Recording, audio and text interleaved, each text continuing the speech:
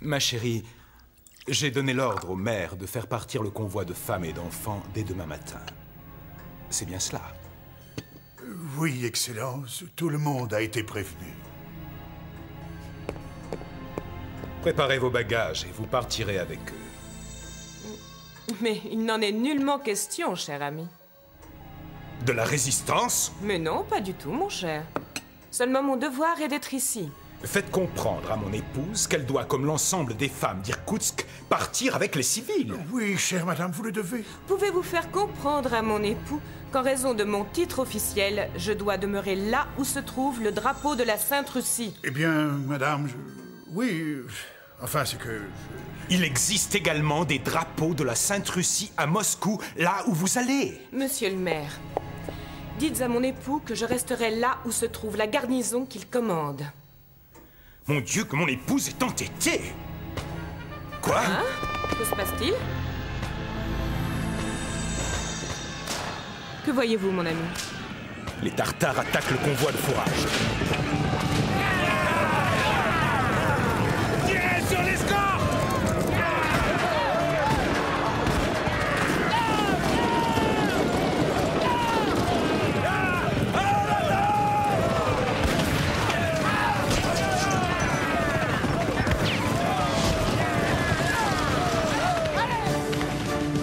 Baissez le pont-levis!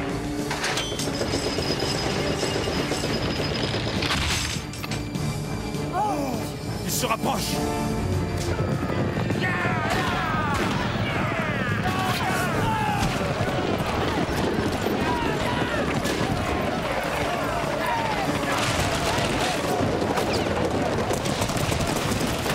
Dépêchez-vous!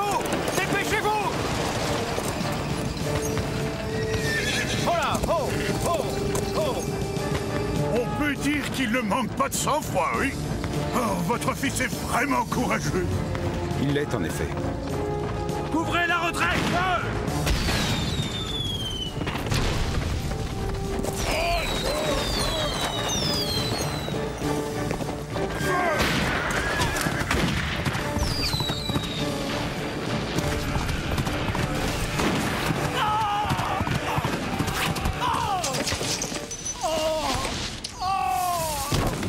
Mon fils! À volonté, le pont-levis! Relevez le pont-levis! Feu! Feu!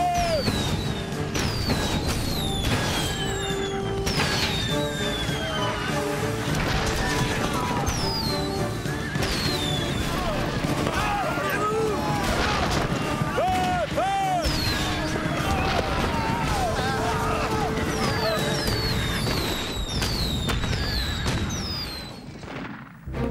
Posez-le doucement. Faites bien attention. Laissez-le respirer. Il souffre. Mon fils. Mais que fait donc ce médecin? Il arrive, madame. Excellence.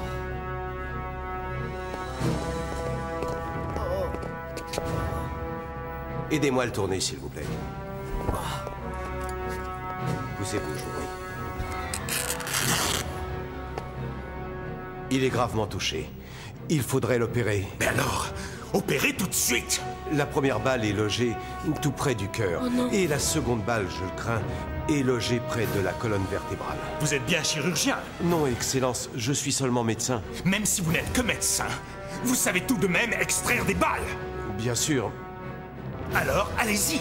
mais je ne peux pas, car là où elles sont situées, je n'ai aucune chance de les extraire. Que devons-nous faire? Il lui faudrait un très grand chirurgien. Il y a de très bons chirurgiens dans l'armée. Oui, Excellence. Eh bien, trouvez-en un. Hélas, il n'y a plus aucun chirurgien militaire dans tous les hôpitaux des environs. Plus de chirurgiens militaires? Soit. Trouvez-en un civil.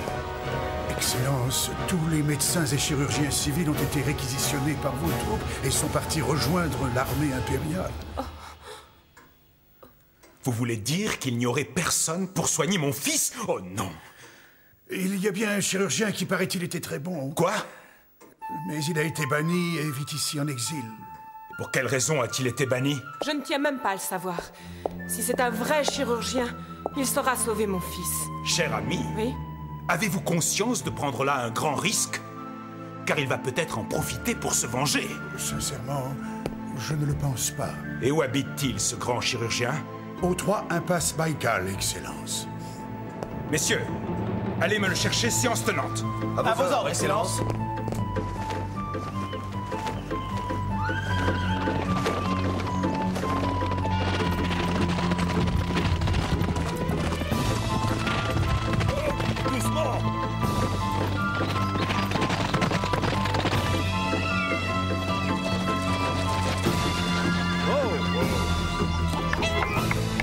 Entrez.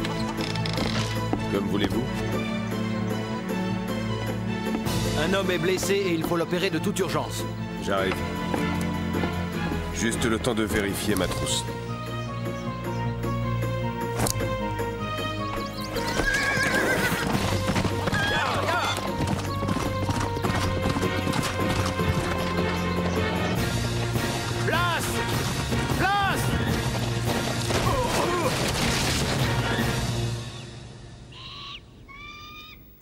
Patience, mon ami, ils ne vont plus tarder. Mais que font-ils? Où est le blessé? Mais... c'est un officier. Est-ce que cela vous dérange? Monsieur... je suis Vassili Fedor, et j'ai été banni de votre royaume. Quoi? C'est pourquoi je suis en exil ici. Je n'ai pas le droit, sous peine de mort, de soigner un fonctionnaire du Saint-Empire russe. Et d'ailleurs, je n'ai même pas le droit de vous parler. Mais monsieur, c'est aussi un homme. Sachez, madame, que j'ai un jour soigné un homme blessé qui s'est révélé être un révolutionnaire, chose que j'ignorais. J'ai été exilé, et je n'ai pas pu soigner ma femme, qui depuis est morte. Je comprends, monsieur. Mais avez-vous des enfants? Oui, j'ai une fille. Où est-elle? Je l'ignore. Alors, vous refusez de soigner mon fils? Ce n'est pas que je refuse, mais comme je vous l'ai dit, je n'en ai pas le droit. Vous avez à vos côtés un chirurgien de l'armée. C'est son devoir d'opérer votre fils. Non, il n'est pas chirurgien. C'est faux. Je l'ai vu moi-même opérer à Omsk. C'est d'ailleurs un excellent chirurgien. Expliquez-vous. C'est exact. Je suis chirurgien. Alors pourquoi refusez-vous de soigner mon fils? Excellence, une balle est près du cœur et l'autre est tout près de la colonne vertébrale. Non, je ne peux pas prendre le risque de tuer votre enfant ou de le rendre infirme à vie. Alors vous préférez prendre le risque de le laisser mourir? Ma chérie. Selon vous, docteur, est-il opérable? Considérant que les 2 balles sont logées à des endroits très critiques, je dirais qu'il y a une chance sur 10 pour que l'opération réussisse. Vous tenterez cette chance, car vous êtes désormais un homme libre. Vous avez compris? J'annule votre bannissement. Et vous aurez le droit de rentrer chez vous, j'en fais le serment. Et si votre fils meurt sur la table d'opération? Vous demeurez un homme libre, monsieur. Vite! Faites chauffer de l'eau et apportez des compresses. Major, m'assisterez-vous? C'est un honneur pour moi. Chloroforme. Tenez. Il est prêt.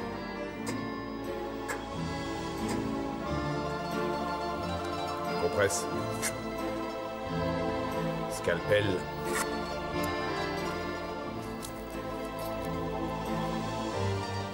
Elle est très mal placée.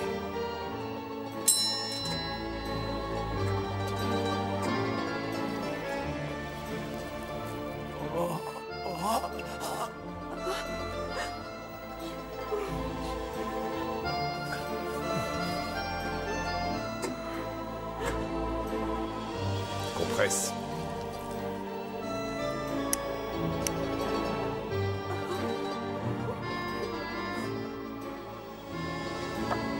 Pince.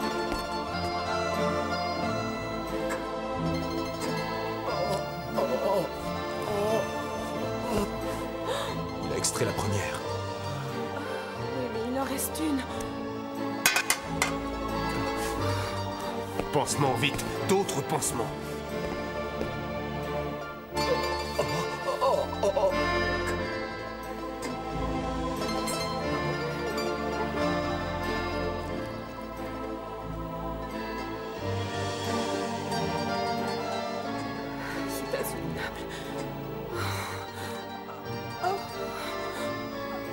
ma chérie. Et voici la deuxième. Oh, il a réussi, merci. Oh, merci.